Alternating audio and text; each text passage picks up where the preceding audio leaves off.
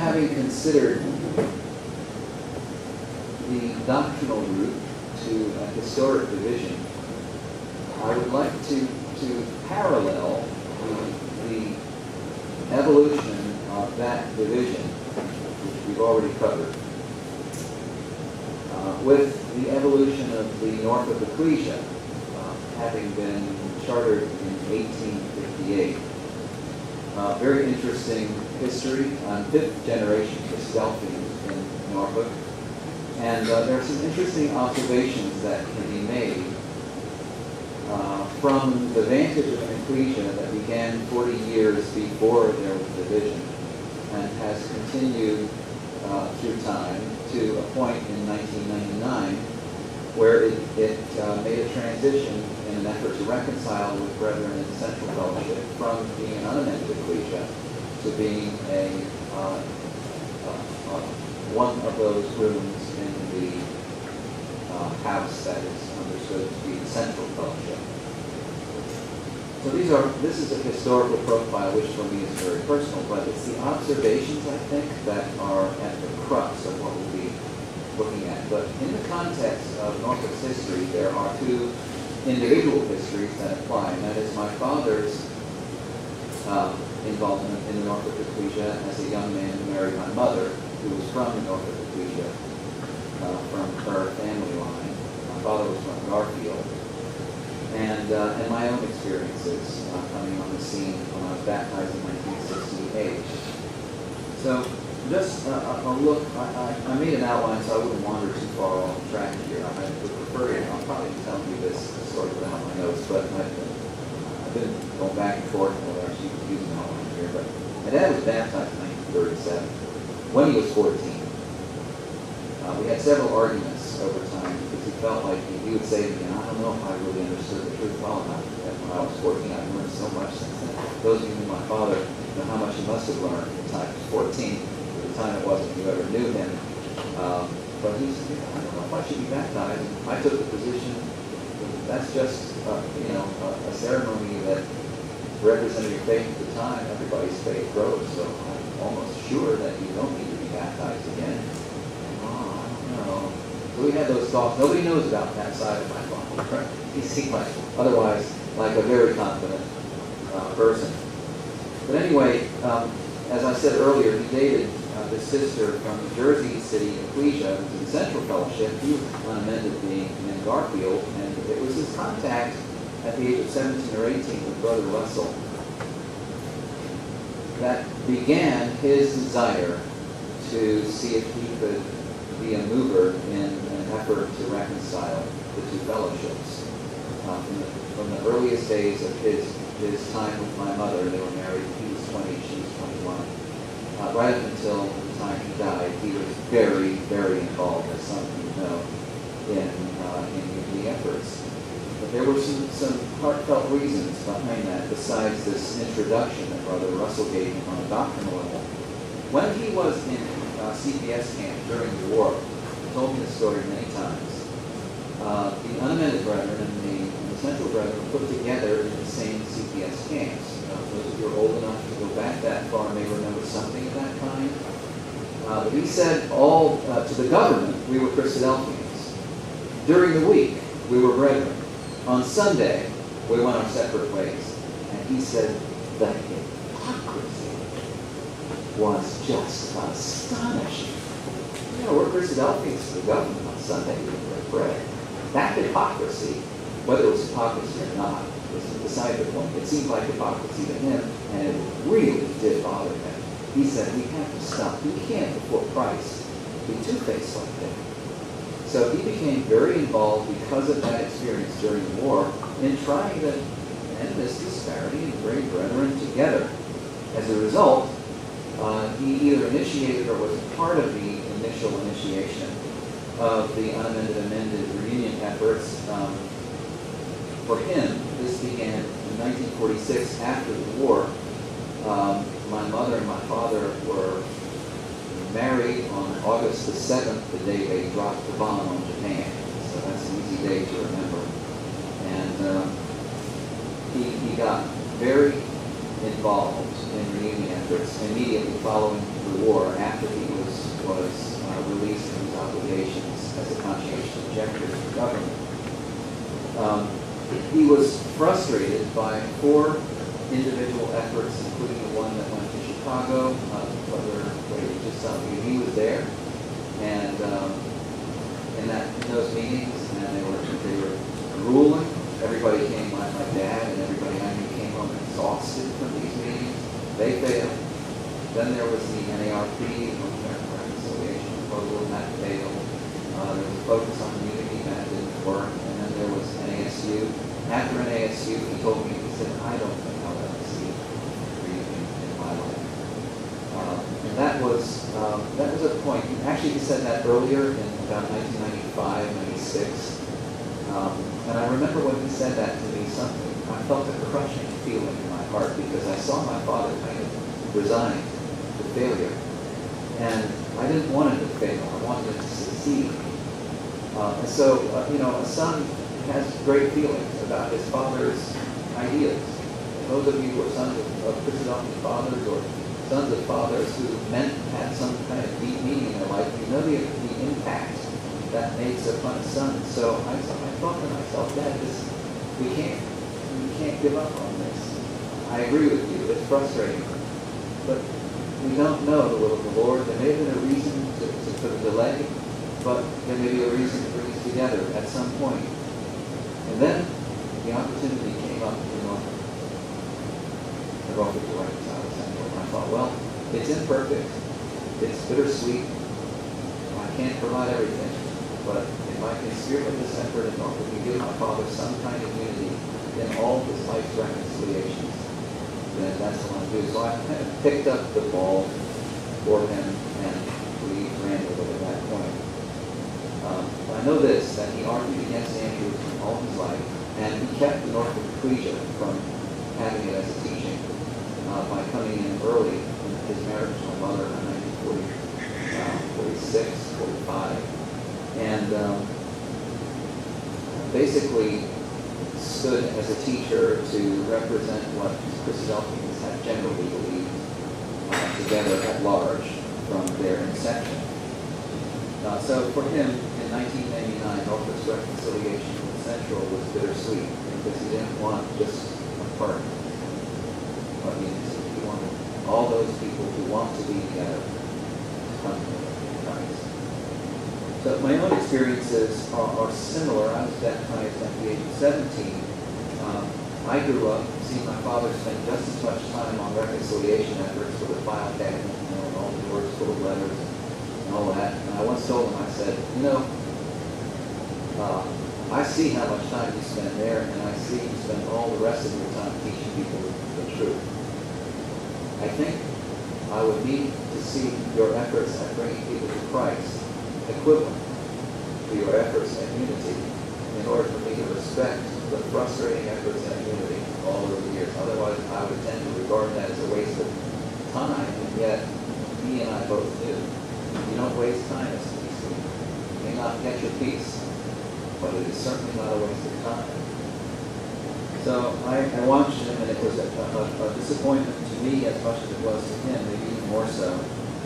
When I was young, in college, I made up my mind not to read anything on the syllabus, and so this was in the 60s to get away with this. I only read Christadelphian works in college. And like in anthropology and sociology and psychology, if we had to write a paper at the end of the term, I wrote it on my take from the truth on what they were trying to teach in the class. So I would basically completely discount sociology and correct all the problems with psychology and its itemization of sin in the form of weakness and disorders, and write on the truth. And one of those essays, I got an F and nearly flunked the class. Another one of those essays, the guy told me he discovered a new form of activism and gave me an A quadruple plus, but he said I took 1 plus off because it's unimaginable to me that anyone would have 4 pluses after an A, so you only get 3 on the paper, but really, it's an A quadruple plus.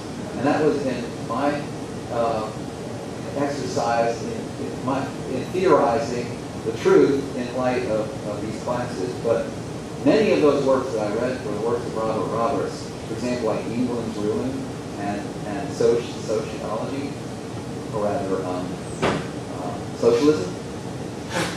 I adopted his disposition, which didn't come off with all that politically correct in my writings. It had a tremendous influence on me. So I spent my life wondering why I wasn't in fellowship with Robert Roberts as an unamended brother. That didn't make any sense to me. All our tapes were of these brethren. The books that we read were of these brethren. I was given guiding light when I was baptized when I was 17. So like, what's this? Was I some colleague or mentor or unamended or what? And none of that made any sense to me. So that started to get to me. And this is actually a common syndrome in the unamended community. There are many more books written by brethren from England and brethren who were involved to the extent that they were. And the hymn books, the books, the influence of those who went before us is from the Central Fellowship. And yet I'm in the unamended community. I don't understand. I think I agree. If I've read all these books, don't I agree? Doesn't that mean that we're in the same fellowship? Doesn't that mean that? So I was puzzled and confused and startled and amazed, and in that developed quite a drive to be to find some reconciliation. And I was also acquainted with Central Brethren who visited Norfolk. We had them to our home. We could sit down and talk to them at length. And these were brethren who were very profound Bible students. I loved everything I listened in the exchange of fellowship, and he talks about the truth, and he talks about prophecy, and the enthusiasm about the second coming of Christ, and Jews from England, and all this was in a larger context than my little world in the Norfolk Ecclesia, which had been unamended ever since unamended, the idea of being unamended came into existence. So I was moved by that. And then my father was part of Operation Onesimus, which spawned in Central Community Truth Corps. And I had the dubious distinction of being the first person to ever raise a skeptical question about the need for such an effort. I don't know if it's just that a brother introduced this, and I said, excuse me, but why do we need to go someplace else to preach the truth from so many people in our own backyard? So, like I said, I was the first to object, and then I went on it, and there were 6 Central brothers and sisters, 6 unamended brothers and sisters in the first year of Operation Onesimus, and we preached the truth all week together, and then we split up on Sunday, broke bread in different places. And I had the same experience there that my father had at CBS camp, and it was just heartbreaking because we were out in the heat on the street, stopping at houses and speaking with people, and it didn't make any sense. What are we doing on Sunday? So I started to develop some strength to my feelings about this. Some of it was a little bit passionate, some of it was a little bit arrogant. I'm somewhat ashamed, actually, of the disposition that I felt like this is wrong, and what are you doing? Who do you think you are? And there's a mixture of reactions we have. There's a disclaimer that I'm only human, but at least I realized it and pulled out of that subsequently. But when Jean and I were first married and moved to Rhode Island, that's where I went to grad school, and we were in this little ecclesia of about 15 people, right down the block from the Cranston ecclesia, which was a relatively large ecclesia. And we went there a few times. We went to Boston, which at the time had opened the doors to brethren who would say that they agreed with the EBASF. So they had somewhat of an independent effort which lasted for a temporary period of time. And then in the name of peace, and with what we all believe in the importance of peace, they pulled back a little bit on that. But during that time, we went to Boston and broke bread, got to know brothers and sisters there, and even more this pain of what on earth are we doing? We could not understand why they wouldn't break bread with us. And there are many, many more like me still today in the unamended community. It doesn't make any sense. And on the central side, there are advantages to if you agree with us, we can't understand why you wouldn't join us. But there are some very, very deep-seated reasons why. In effect, like myself, there are many unamended brethren who are simply trapped by circumstance in this community. It's spiritually irrational that they can't break bread when they come to visit us. And yet, we know that if they do, and the meaning of that relationship is not understood by everybody on a formal level, there will be misunderstandings and trouble that comes with them. So this was still starting to break my heart, and thankfully it didn't harden it. We were at an amended study weekend with Brother Ron Abel, and my brother didn't know who I was, and he passed me the plate. And because of all the frenzy of emotions that were involved, he said no. And all the while I had wanted to, and was finally offered to me, I said no. And I was such a mixture, had such a mixture of ambivalent feelings. I broke down and started to shake, and I started to cry. I ran outside, and there was an old brother Lund there. I don't know if any of you have ever met Jack Lund. He was Scottish. But he said,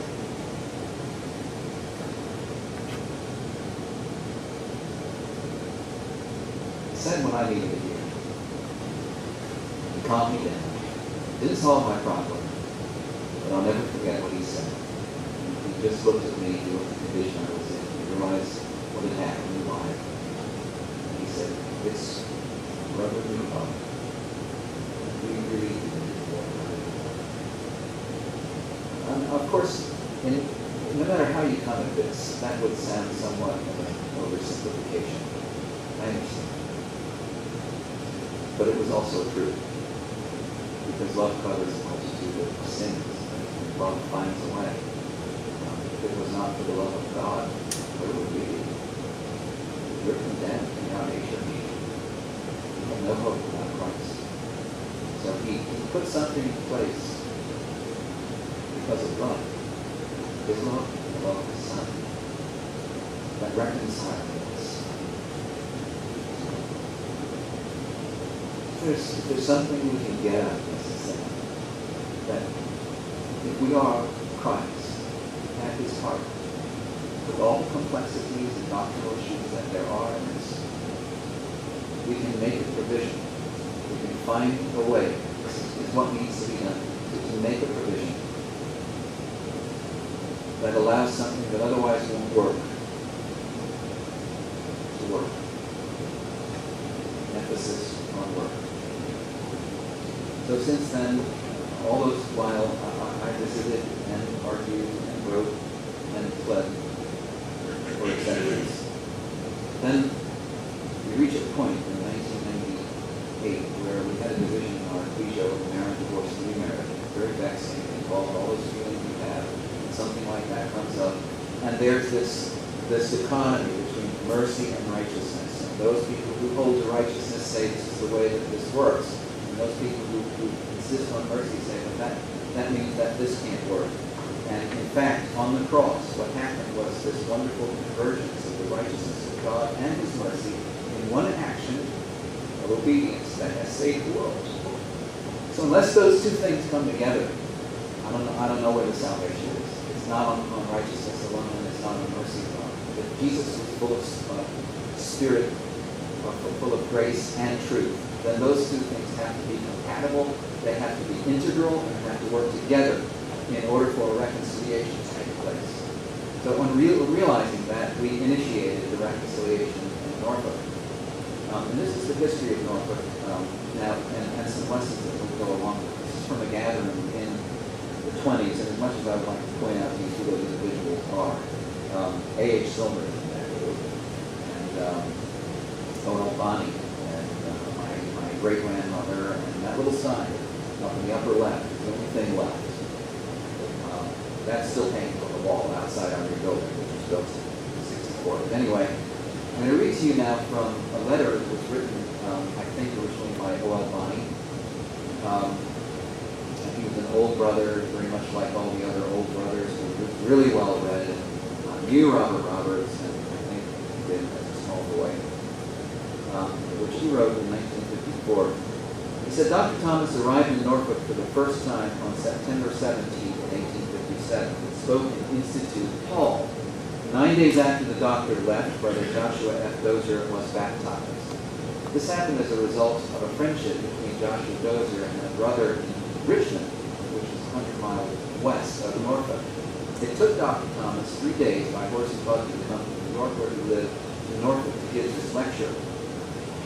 Brother Dozier already knew his Bible, so all he needed, like Apollos and his brothers, like Paul did with them, was to have his faith set on the right footing, as Dr. Thomas put it, having done that, it was very easy for him to be baptized. So Brother Dozier was a Methodist.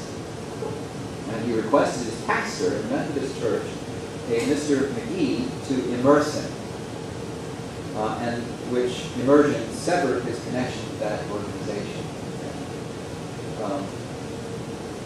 I think that what was said of that is instead of being baptized into his Methodist church, he was baptized out of it.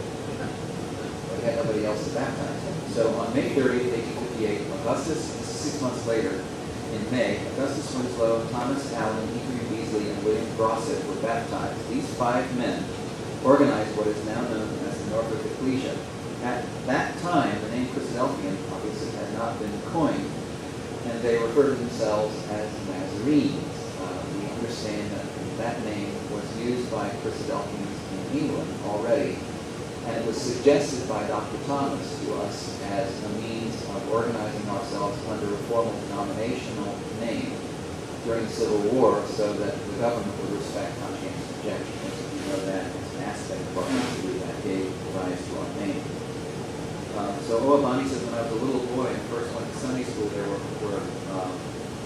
they were meeting in the chapel on Church Street. When Robert Roberts first came to this country in 1871, he lectured in that building twice. So Robert Roberts came to Norfolk, and one of the ads that they put in the paper, which was the most spectacular, unbelievably amazing height they could put on Robert Roberts' lecture, was Robert Roberts of Birmingham, England, will lecture in the chapel on Church Street.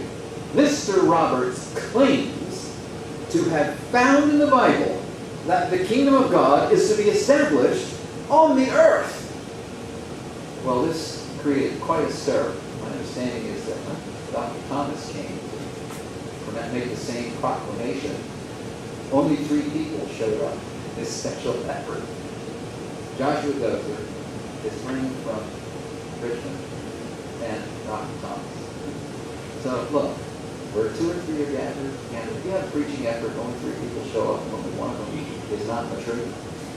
Look at what can happen, because it happened in Norfolk.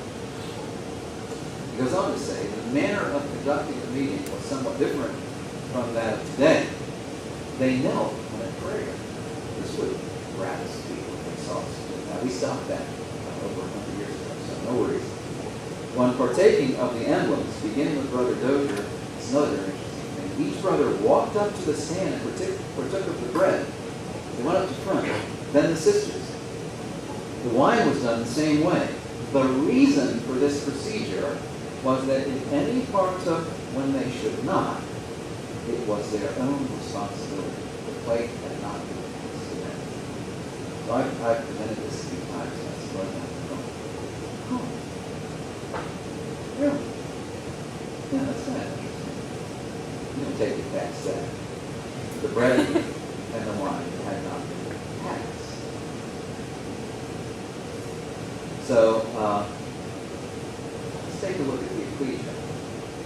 Our ecclesia, when I was a little boy, had all across the front, way up high over the pipes of the organ that my grandmother played, had one Lord, one faith, one baptism. For the Norfolk Ecclesia, this was its mantra. This record goes all the way back to the Times, this record book. I still have this record book in my possession today. In 1858, they were called Nazarenes. You can see Joshua Dozier's name entered at the top in 1857, and then below the 4 brothers who came after him. In 10 years, the ecclesia had 40 members. That's a pretty good record, a little bit better than what most of our ecclesias average.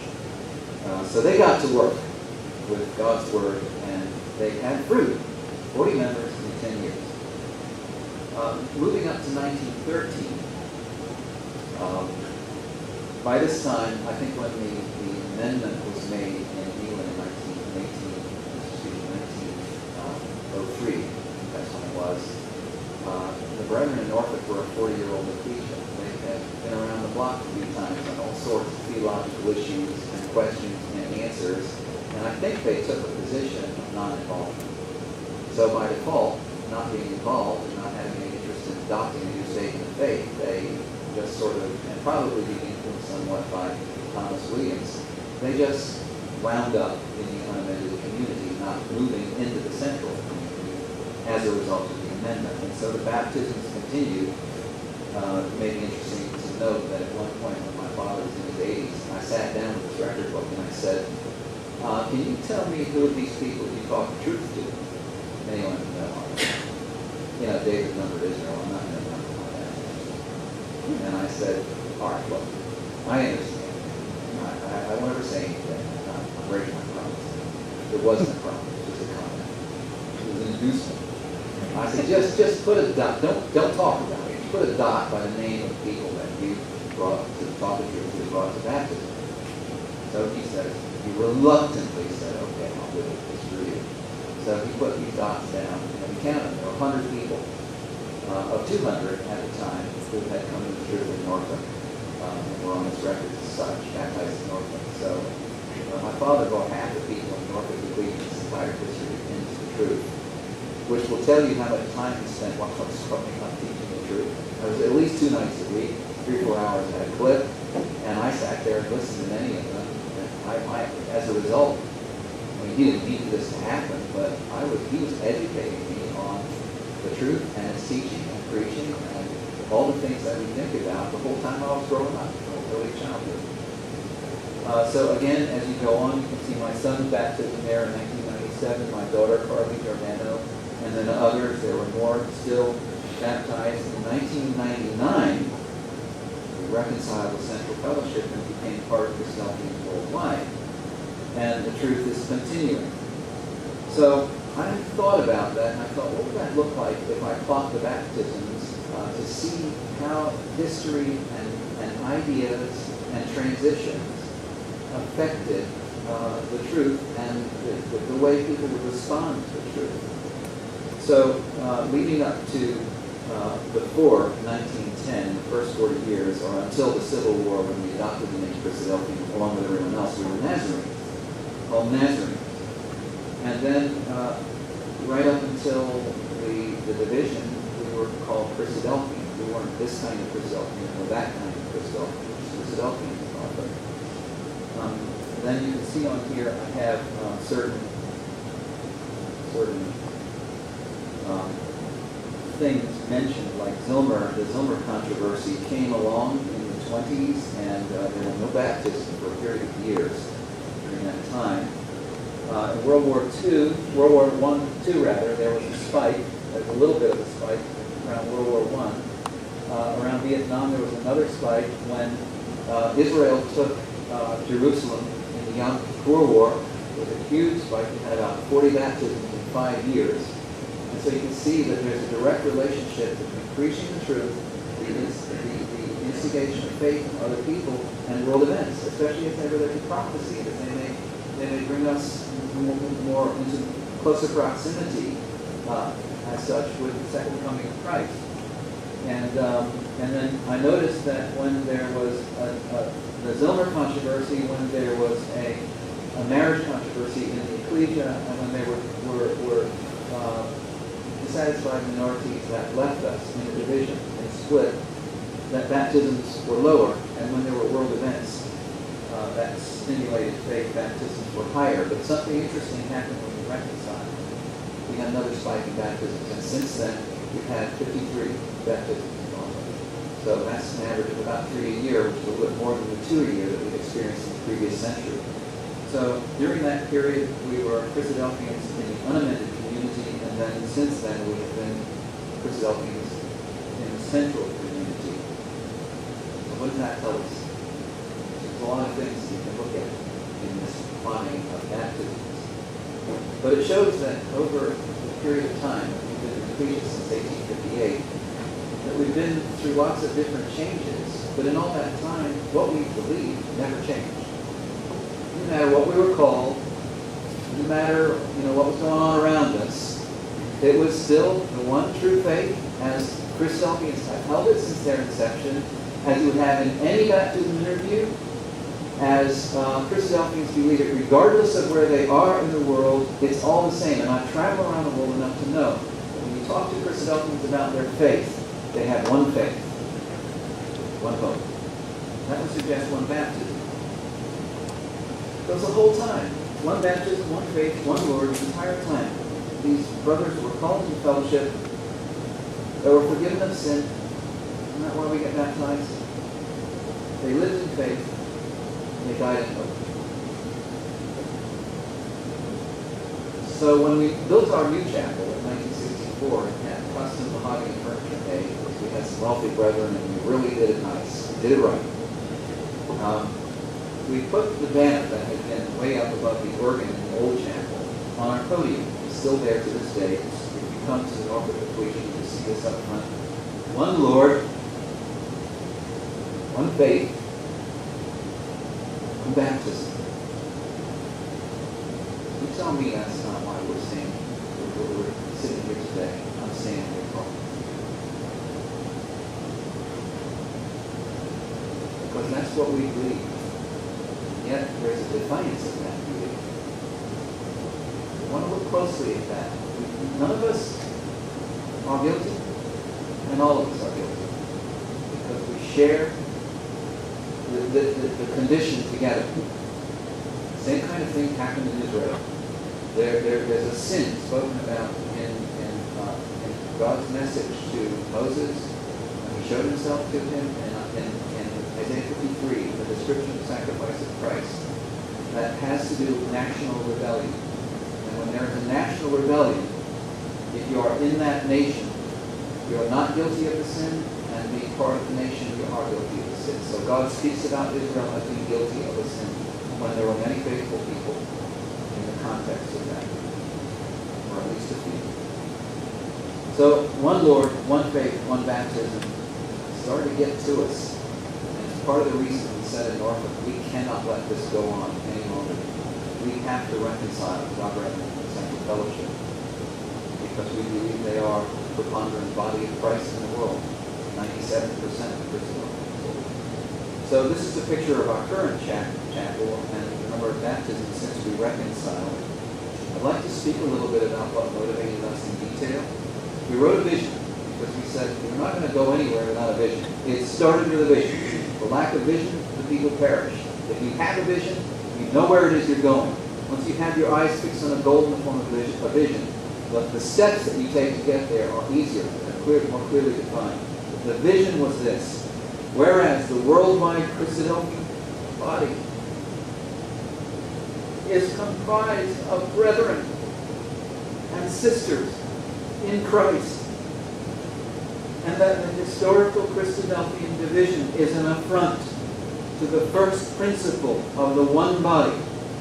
Norfolk Christadelphians desire to fulfill the prayer of Jesus that we be one. Join the fellowship of our brethren worldwide in the unity of the Spirit and the bond of peace. It took us 40 minutes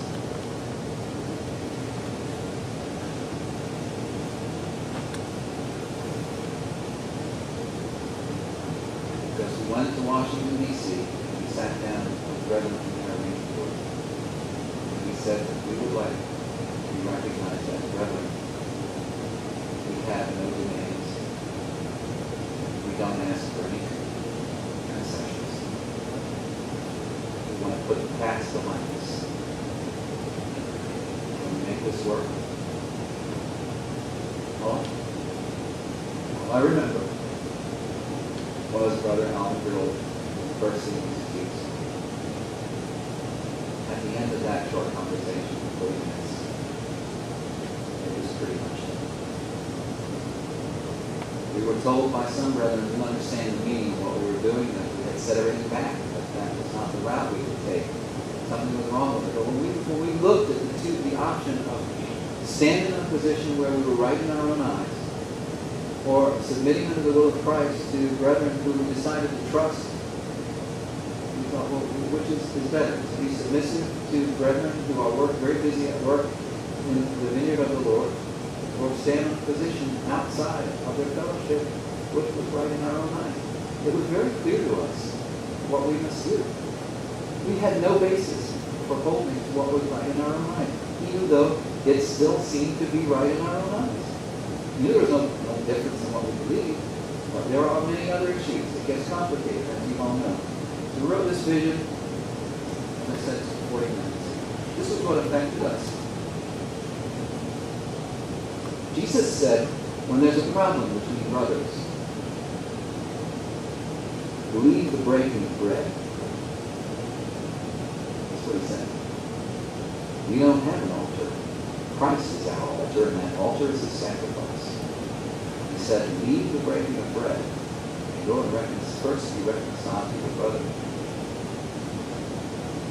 And then come and offer you a gift. In other words, the gift could be made void in an unreconciled state.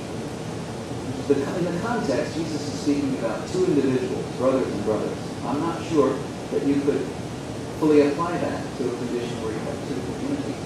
But we did. We thought to ourselves, have we spent 100 years offering a gift in a state of non-reconciliation with our brethren? We can't go another day like this. Otherwise, well, what does this mean to us? So, I mean, in the formality of Sunday and remembering Christ and life in Christ, you don't need to literally leave the gift of the altar. What Jesus was doing in this command was he was stating the priority. Reconciliation is a priority over bread and wine, which again are just representing what should be present in the concept of reconciliation or in its implementation. He says, if you bring your gift to the altar, and therefore remember that your brother has something against you, leave your gift there before the altar and go your way. First be reconciled to your brother, and then come and offer your gift. As I've already said, reconciliation, therefore, is more important than the bread and the wine. Because if you invert this, and you make the bread and the wine more important than the reconciliation, is that not formalism? When you throw an animal on the fire, what's more important? Understanding that God is not burning you up